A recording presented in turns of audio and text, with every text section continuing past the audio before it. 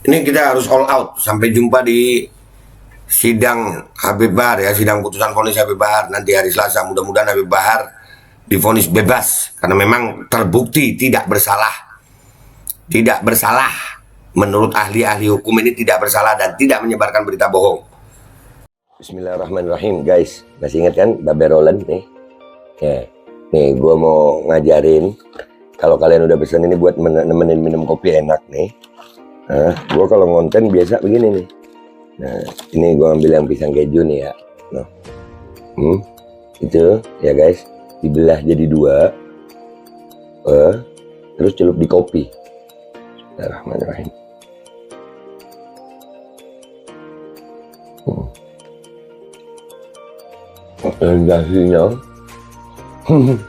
Sensasinya itu luar biasa.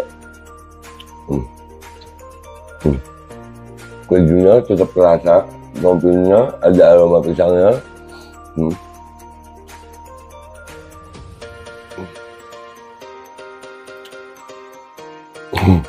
Buruan pesan Babe Roland, nomor WA-nya ada ya, dijamin halal, enak, berkah insya Allah hasilnya untuk perjuangan. Langsung hubungi dah ya, itu gitu aja gitu. Buat nemenin minum kopi.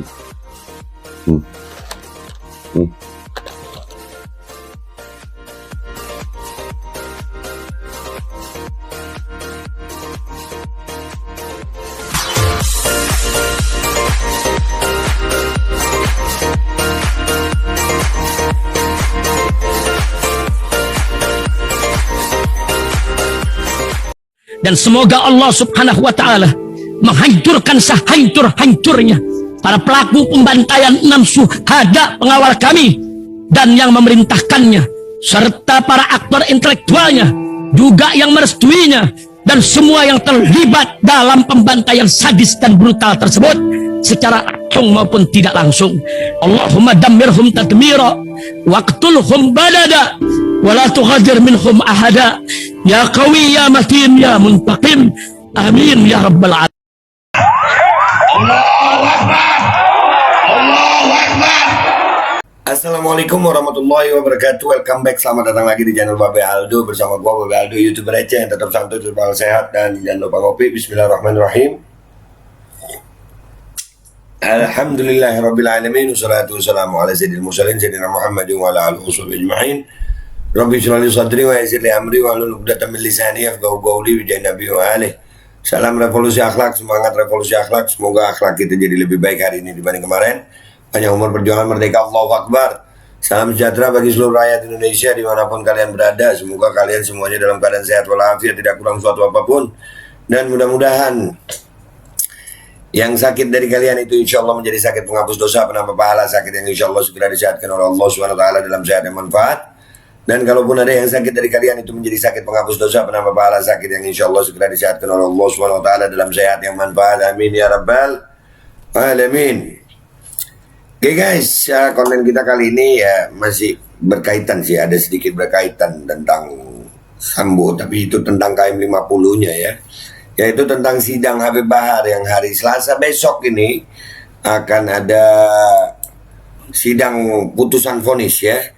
Habib Bahar bin Ali bin Smith itu jam 9 pagi ya di Pengadilan Negeri Bandung di Jalan Marta Dinata. Kita mau hadir semua insya Allah memberikan dukungan karena Habib Bahar itu memang tidak bersalah gitu ya. Kami menilai Habib Bahar itu tidak bersalah gitu, dari bukti-bukti persidangan sampai mendatangkan saksi-saksi yang berkaitan dengan KM50, dan alhamdulillah gue sendiri sempat menjadi saksi bagi Habib Bahar ya. Dan saksi-saksi yang memberatkan pun akhirnya itu kan banyak, itu rekaman-rekamannya sampai berapa puluh episode ini sidang ini ya. Itu kan sampai banyak fakta-fakta persidangan, dan itu JPU kemarin sempat membuat kita kecewa bahwasannya tuntutannya 5 tahun, dan pledoi Habib Bahar kemarin itu sangat tegas ya. Bentar, gue masih ada nggak videonya nih ya, pledoi Habib Bahar nih. Insya Allah masih ada gue. Ini ada nih. Gue mau puterin ya. Gue puterin itu di pledoi, jelas Habib Bahar mengatakan tentang bagaimana apa ya, beliau nggak merasa bersalah gitu, karena memang nggak bersalah gitu ya. Beliau nggak merasa bersalah, beliau tidak merasa menyampaikan berita bohong. Ya ini pledoinya Habib Bahar nih, ada nih. Bismillahirrahmanirrahim, dengerin baik-baik nih. Saya tidak merasa bersalah, saya tidak menyesal, karena apa yang saya sampaikan itu adalah sebuah kebenaran. Seperti contoh kasus yang sekarang terungkap, yaitu kasus Verdi Sambo yang telah ditahan. Makar Allah, itu adalah makar dari Allah. Mereka berusaha menutupi KM 50. Allah balas, percis CCTV mati, semuanya. Konferensi pers polisi isinya bohong semua. Terus tidak sama percaya dengan konferensi pers polisi tentang KM 50, sedangkan konferensi pers tentang kasus Brigadir J meninggal itu isinya bohong. Semua terungkap ketika Baradae mengakui apa itu semua. Oleh karena itu saya bilang, kebohongan, kepalsuan, kemunafikan, dan saya tetap pada prinsip saya akan selalu menyampaikan kebenaran. Saya tidak bersalah karena yang saya sampaikan itu adalah benar adanya. 6 laskar dibantai, disiksa dengan biadab. Kemudian Habib Rizik masuk penjara karena Maulid Nabi Muhammad, sebagaimana beliau dimasukkan pasal pertama 160 penghasutan, penghasutan untuk mengundang acara Maulid Nabi, bukan acara dangdutan. Oleh karena ini duplik dadakan dari saya. Selanjutnya ada surat yang akan nanti diberikan oleh ya, itu dupliknya Habib Bahar ya. Akhirnya kan berkaitan juga dengan tentang apa yang dituduhkan kepada Habib Bahar, berita bohong. Enggak bohong Habib Bahar. Akhirnya kan terbukti tuh. Kasus Verdi Sambo itu yang bohong siapa tuh? Mirip emang sama KM 50 nih. Dan ini guys ya, penting kita untuk menghadiri itu, penting kita untuk menghadiri ini sidang putusan untuk memberikan dukungan, dan kami berharap pengadilan ini hakim-hakimnya apa ya, bisa benar-benar adil gitu, jangan kayak JPO 5 tahun tuntutannya. Itu minta maaf nih, gua ngomongnya alay JPO tuh ya 5 tahun ya. Kenapa alay itu lebay ya, terlalu lebay gitu. 5 tahun padahal Habib Bahar bisa dibilang nggak bersalah. Nih ada nih, tegas ahli-ahli hukum, Habib Bahar tidak bersalah dan tidak menyebarkan berita bohong. Tuh ahli hukum yang ngomong nih ya. Ini dilansir oleh faktakini.info 13 Agustus 2022 dari pertama Profesor Dr. Andika Duta Bahari, bahwa masyarakat terbelah secara diametral menjadi dua, yaitu yang pro dan kontra. Itu hanya di dunia maya saja. Secara real di lapangan tidak ada, bahkan ahli tidak mendengar sama sekali ada keonaran atau keributan di tengah masyarakat pasca ceramah Habib Bahar. Ya nggak ada keonaran sama sekali.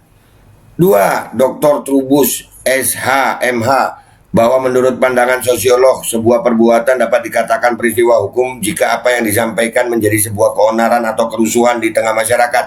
Jika hanya terjadi perdebatan di media sosial saja, itu hanya kritik sosial dan perbedaan pendapat saja, dan tidak bisa dikatakan tindak pidana.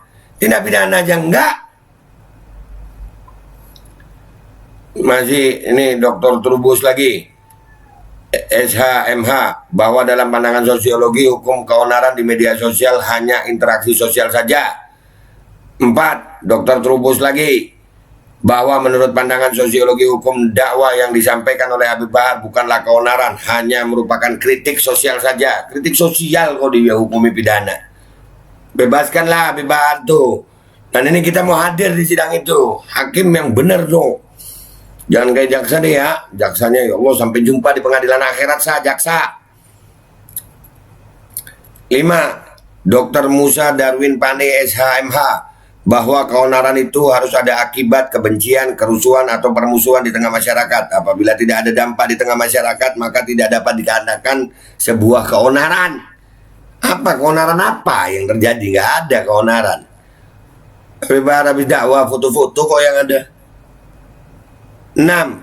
Dr. Musa Darwin Pane SH.MH, dari kutip dari merdeka.com ya.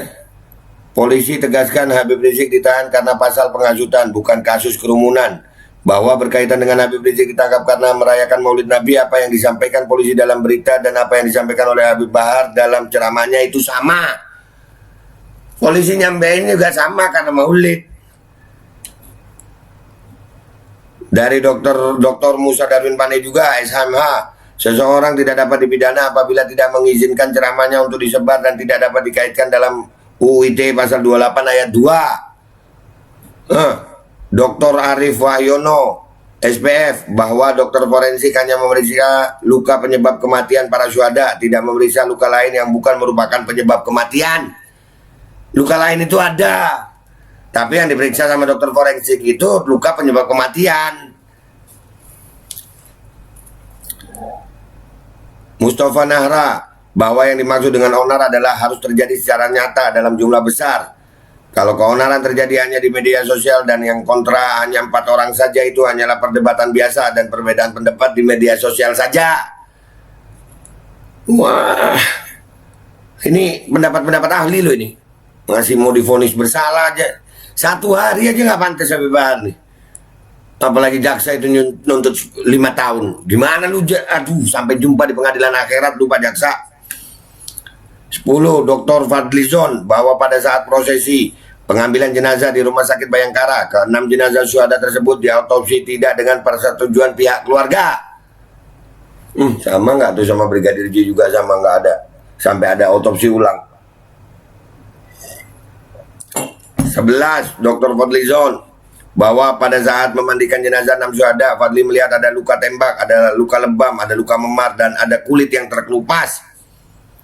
12. Dr. Refli Harun SH MH LLM, bahwa berkaitan dengan pasal 14 dan 15 UU nomor 1 tahun 1946 yang dimaksud dengan onar apabila suatu perbuatan menimbulkan suatu peristiwa yang nyata, misalnya terjadi huru-hara di tengah masyarakat. Apabila huru-hara tidak terjadi secara real di tengah masyarakat, tidak dapat dikatakan keonaran. Nggak ada huru-hara, nggak ada onar. Jadi nggak bisa, Pak Hakim. Nih, ayo kita harus beri dukungan sama Habib Bahar. Datang di Bandung tuh, datang hari Selasa. Babe datang lah. 13. Dr. Muzakir SH MH, penerapan pasal 14 Undang-Undang nomor 1 tahun 1946 sudah tidak relevan apabila tidak dihubungkan dengan lembaga penyiaran. Tetapi jika dihubungkan dengan undang-undang penyiaran, sudah ada undang-undang yang khusus, yaitu Undang-Undang Penyiaran.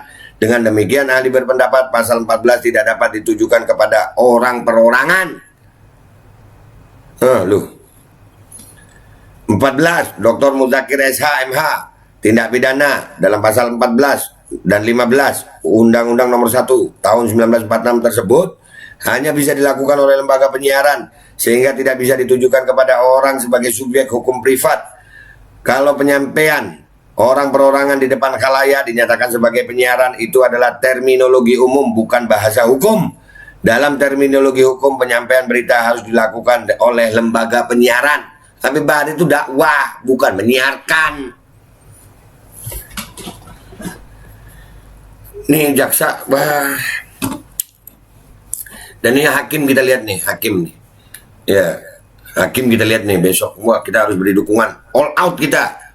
Tuh orang Bandung, orang mana aja yang orang Bandung tuh yang dekat datang. Gua aja yang Jakarta datang. Dr. Muzakir SH MH, bahwa keonaran harus dibuktikan secara real. Apabila tidak adanya fakta keonaran pasca ceramah Habib Bahar, maka unsur-unsur dalam pasal 14 dan pasal 15 Undang-Undang nomor 1 tahun 1946 tidak terbukti. 16. Dr. Muzakir SH MH, bahwa berkaitan dengan pasal 28 UU ITE, tanggung jawabnya melekat pada yang mengupload, bukan pada penceramah. Jika dihubungkan dengan pasal 55 KUHP, apabila penceramah tidak ada hubungan dengan pengupload, maka tidak memenuhi unsur subjektif dan objektif, sehingga unsur pasal 288 UU ITE tidak terpenuhi, maka terdakwa juga tidak dapat didakwa dengan pasal 55 KUHP. Bayangin lu, 16 pendapat dari para ahli nih. Satu aja udah cukup itu untuk menyatakan Habib Bahar tidak bersalah. Ini ada 16. Ini kalau ada 16 begini, ya masih divonis bersalah Habib Bahar. Keterlaluan banget. Dan Habib Bahar tidak terbukti bersalah, tidak terbukti berbohong, tidak terbukti menyampaikan berita yang menimbulkan keonaran, nggak ada keonarannya. Dan bahkan nggak menyiarkan gitu, kan dia ceramah bukan siaran. Siaran itu harus ada lembaga penyiaran, bukan orang dakwah. Begitu. Ini kita harus all out. Sampai jumpa di sidang Habib Bahar ya, sidang putusan vonis Habib Bahar nanti hari Selasa. Mudah-mudahan Habib Bahar divonis bebas karena memang terbukti tidak bersalah. Tidak bersalah. Menurut ahli-ahli hukum ini tidak bersalah dan tidak menyebarkan berita bohong. Hakim, kami berharap Pak Hakim ini nggak ada intervensi ya, sehingga bisa memutuskan secara adil. Ya kita doa aja, insya Allah ya. Insya Allah kita doa, mudah-mudahan ya Allah, Hakim dikasih hidayah sama Allah untuk memutuskan Habib Bahar itu secara adil gitu. Nggak pantas Habib Bahar itu di sidang berapa bulan itu sidangnya, itu aja udah cukup itu. Udah cukup itu sidang itu, berapa bulan itu, berapa episode. Dan masih mau divonis bersalah juga, dihukum juga. Wah ya parah Pak Hakim. Parah lah penilaian kami nih, karena ini ahli-ahli hukum yang berbicara ya Pak Hakim ya. Kalau Pak Hakimnya masih gak adil juga, barengan sama JPU. Sampai jumpa di pengadilan akhirat. Dah gitu aja guys, ketemu hari Selasa besok nih, besok jam 9 pagi di Bandung. Oke? Kita akan ramaikan Bandung. Kita akan memberikan dukungan kepada Habib Bahar dan Hakim. Insya Allah bisa memutuskan secara adil. Dan kita doakan Hakim mendapatkan hidayah. Kalau nggak mau dapat hidayah atau menolak hidayah, maka kita doakan mudah-mudahan ya Allah berikan hukumannya. Jangan di akhirat aja, di dunia Allah tampakkan. Mudah-mudahan Allah tampakkan hinanya di dunia. Sampai di akhirat nanti. Enak aja, langsung akhirat. Enggak, di dunia dulu kita mau lihat. Orang-orang yang zalim itu, ya kalian masih kurang ya ngelihat ini yang terjadi sama Sambo sekarang ini. Allah permalukan begini. Siap-siap deh lu. Kalau kalian bermain dengan ketidakadilan, bermain-main hukum untuk membuat keputusan yang zalim dan tidak adil, bersiaplah akan hukuman Allah. Gua Babe Aldo, minta maaf kalau ada salah. Sampai jumpa di konten-konten gua berikutnya dan sampai jumpa besok di Bandung. Wabillahi taufiq wal hidayah, waridha wal inayah, wal afu minkum. Wassalamualaikum warahmatullahi wabarakatuh. Kita ramaikan guys, kita ramaikan sidang di Bandung kali ini. Tuh orang-orang Bandung, datang lu tuan rumah. Dan semoga Allah subhanahu wa ta'ala menghancurkan sehancur-hancurnya para pelaku pembantaian 6 syuhada pengawal kami dan yang memerintahkannya, serta para aktor intelektualnya juga yang merestuinya, dan semua yang terlibat dalam pembantaian sadis dan brutal tersebut secara langsung maupun tidak langsung. Allahumma dammirhum tadmira waqtulhum balada wala tughadir minhum ahada ya qawi ya matin ya muntaqim. Amin ya rabbal. Assalamualaikum warahmatullahi wabarakatuh. Ini nggak usah lama-lama buat seluruh rakyat Indonesia. Alhamdulillah Majelis Penderitaan Rakyat dengan kekuatan yang ada sekarang sudah sampai di sidang PT UN, dan kita masih banyak yang akan kita gugat lagi tentang masalah mandatori vaksin. Jujur aja kami kesulitan untuk dana untuk operasional ya. Dengan segala kerendahan hati kami mengajak semua rakyat Indonesia yang mau, sekali lagi yang mau, gak ada paksaan untuk yang tidak mau. Nih ada meme-nya atau flyernya atau apa namanya, lu catet deh, ayo sama-sama kita berjuang untuk stop mandatori vaksin. Dah gitu aja, gua tunggu partisipasi kalian semuanya. Gua nggak mau meminta pada lembaga tertentu, gua nggak mau minta pada partai tertentu, karena ini perjuangan untuk rakyat Indonesia. Gua nggak berafiliasi dengan kelompok tertentu, gua nggak berafiliasi dengan partai tertentu, karena gua rakyat Indonesia yang untuk rakyat Indonesia. Kapan lagi kita berjuang dari rakyat untuk rakyat demi rakyat? Merdeka, Allahu Akbar.